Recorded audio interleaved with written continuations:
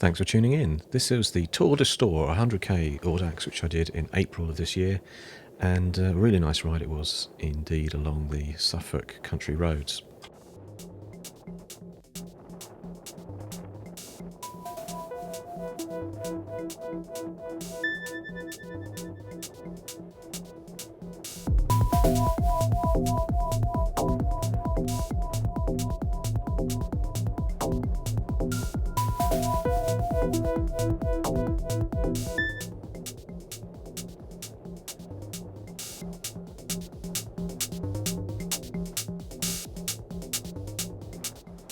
Ow! Map check time, and I'm from down south of London here, and the ride was up in Suffolk between Colchester and Ipswich. It was a great day actually, and a nice route. Suffolk is relatively flat. There were some hills, but not much over the 108-kilometre distance. I was south of Colchester camping overnight before the ride, and then went into Dedham, which is north of Colchester, at that A point to start the ride. It was started in a school. Great little Audax team organised the session, so you got some coffees and snacks when you started off. First off, headed through this kind of national landscape area, which is very pretty, the Dedham Vale there. So fantastic place to visit. Never been to Suffolk other than to drive through to Ipswich in the past, and so it was great to see the countryside. It was a figure of 8, and a very breezy day as well. Actually had a lot of headwind on the return back, so as soon as we headed south at this most sort of northerly location, we were blasted by a lot of wind, and it became very difficult. And it was this point, and we were about 60 kilometres in, where we had a stop at Clare, which is a village. Never heard of it before again. Very pretty village, lots of nice cafes and stops in there. So all the riders stopped in Clare. There were a lot of local riders, so they knew their stuff, and that was where they were stopping as well, before heading back down south, cutting back through this figure of 8, and then dropping down into the Dedham national landscape again. Lots of country routes, rolling hills, and just generally flat really, so you get up some good speed before finally heading down into Dedham at the end, which was the school where the organisers signed our brevet cards at the end. And this is a very nice area. In fact, that little river there, just before we got into Dedham, there were people swimming in there, early April. I couldn't believe it. There must have been about a dozen people having a good swim, and on a nice sunny day, and it was a great day as well for early April.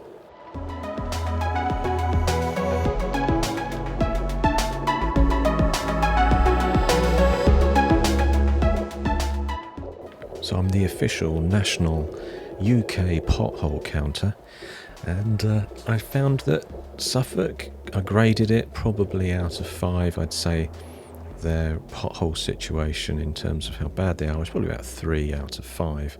Compare that to Sussex, Surrey and Kent, in particular the Sussex and Kent borders. I'd say it's critical condition there. It's like a grade 5 potholes all over the place. Streams on roads, on the country roads, and falling apart. Really was bad in East Sussex when I was over there recently on a ride. So, avoid that area. Suffolk, you're going to do okay. Got a lot of these open fields here as well, which is fantastic. Sussex, again, Surrey, Kent, lots of heavy hedgerows, so you don't get to see the fields, you don't get to the big sky views, because it's all land owned that they've restricted and put massive hedges on. Over here in Suffolk, much better view, so that's a fun feature.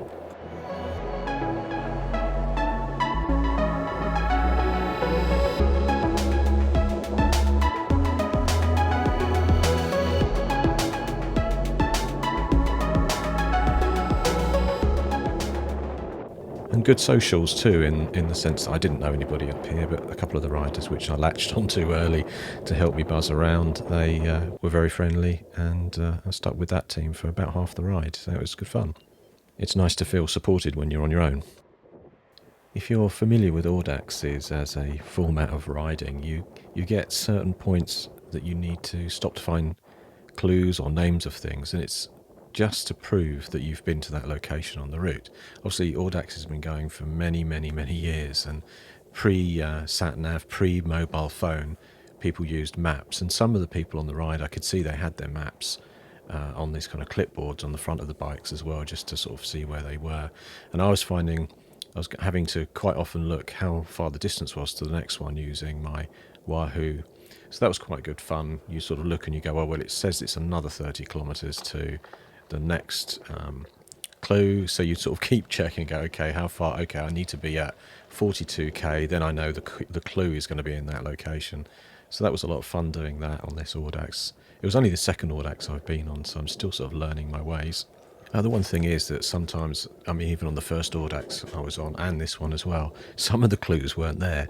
So we were meant to find the time that a National Trust location closed, and normally there would be, I was told later, there would have been a chalkboard outside that the staff put there that shows that the place was closed at 4:30. It wasn't out. So you come past this National Trust place and go, well, there's no sign, it doesn't say when it closed. So I had to Google it on the phone, and it said closed at 4:30.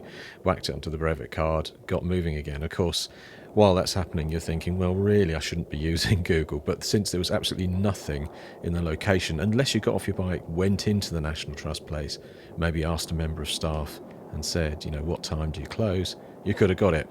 But at the end, the organiser said, oh, don't worry, that wasn't out. And even if the people didn't get it, they were kind and said, actually, you filled in most of your brevet card. You missed that one. You're not going to fail and not get your Audax point for that.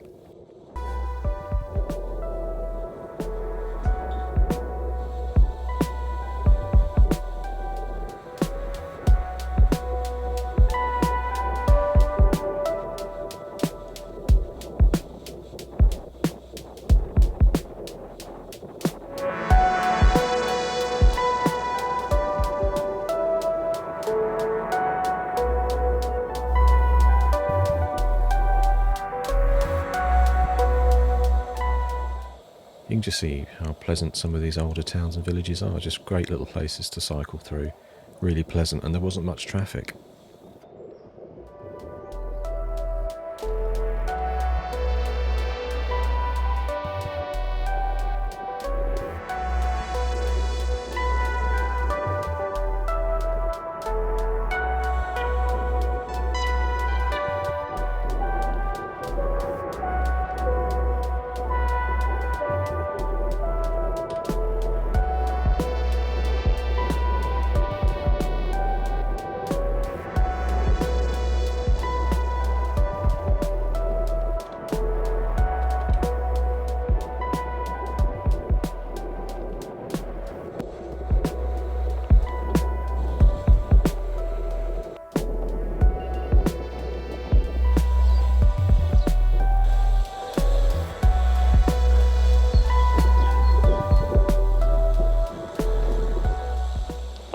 This was actually at the start, a couple of still photos I've got. This is Ian, or the organiser of the Audax.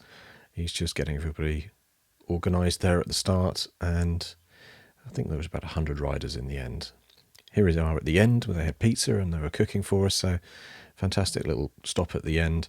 Obviously with 100 people coming in at different times, it wasn't always that busy, but it was great to have some snacks.